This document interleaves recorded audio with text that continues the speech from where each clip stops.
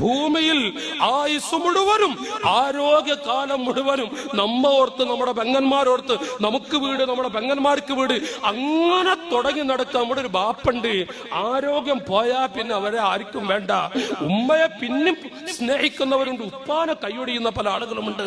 എന്റെ അനുജാ, നമ്മുടെ ഉപ്പ പാവമാ മെഴുകുരുകുന്നത് പോലെ ഉരുകിത്തീരുന്ന ഒരു ജീവി ദുനിയാവിലുണ്ട്. അത് നമ്മുടെ ഉപ്പയാ. ഉമ്മാനും ബാപ്പാനും വലിച്ചെറിഞ്ഞു പോരുതട്ടാ. എന്നേക്കു ശാപാണടാ. നീ വളരൂല. മാത്രം മക്കളെ കൊണ്ട് നീ അനുഭവിക്കും, മക്കളെ കൊണ്ട് നീ അനുഭവിക്കും. നീ സൂക്ഷിക്കണം. അത് ഉമ്മാനെ വലിച്ചെറിയാതെ നിങ്ങൾ എവിടെയെങ്കിലും പോയിക്കോളി, എവിടെ പോയി താമസിച്ചോളി. ഉമ്മാനെ വലിച്ചെറിയത്, ഉപ്പാനെയും വലിച്ചെറിയത്. ഞാൻ അത്രയും നിങ്ങളോട് പറയുന്നുള്ളൂ.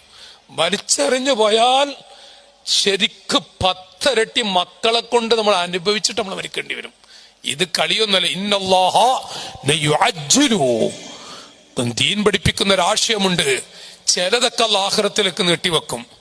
ഉമ്മയെ ഒരു തുള്ളി കണ്ണീരൊടിക്കട്ടെങ്കിൽ ഇവിടെ നിന്ന് കിട്ടും. അത് എന്നിട്ടേ മരിക്കൂ. ആരെ കൊണ്ട്? നമ്മുടെ മക്കളെ കൊണ്ട് തന്നെ. ഞാൻ എൻ്റെ ഉമ്മാനെ കരയിപ്പിച്ചിട്ടുണ്ടെങ്കിൽ എന്റെ മക്കളെ കൊണ്ട് 100 ഇരട്ടി കരയിപ്പിച്ചിട്ടേ എന്നെ മരിപ്പിക്കൂന്ന. അത് ചെറിയ വിഷയമൊന്നല്ല, അനുഭവിക്കും നമ്മള്. അള്ളാഹു കാക്കട്ടെ.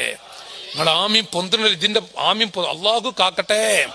ഞാൻ പറയുന്നതേ, ഈ ചെക്കൻ നോക്കി നിങ്ങള് കല്യാണം കഴിച്ചിട്ട് പെണ്ണെന്തോ പറഞ്ഞപ്പോഴേക്കും നേരെ വിട്ടൂന്ന്. മാറ്റടി, ഡ്രസ് എടുക്ക്, ബാഗ് എടുക്കുന്നവർ കൊണ്ടുപോയിന്ന് ഭാര്യ വീട്ടില്. നമ്മുടെ മഞ്ചേരി റിസോർത്തുമ്പോളാ.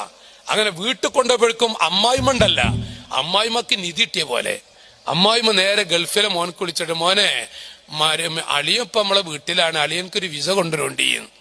അളിയൻ വിസ എന്ന് പറഞ്ഞ വിസ കേട്ടിട്ടുണ്ടാചാരെ. ആ വിസ വന്നതും ഈ ചെക്കൻ ഗൾഫ് പോയിന്ന്.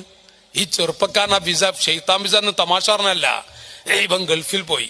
അയൽവാസികൾ വന്നിട്ട്, ഞാൻ പച്ചയിൽ പറയട്ടെ, നമ്മളെ മലപ്പുറം ഭാഷ എന്ന് പറഞ്ഞോട്ടെ. ഈ അയൽവാസികൾ വന്നിട്ട് ഈ തള്ളയോട്, ഈ ചെക്കന്റെ ഉമ്മാനോട് പറയും, നിങ്ങളെ മോൻ ഇന്നലെ ഗൾഫ് പോയി, നിങ്ങളെ അറിഞ്ഞില്ലേ?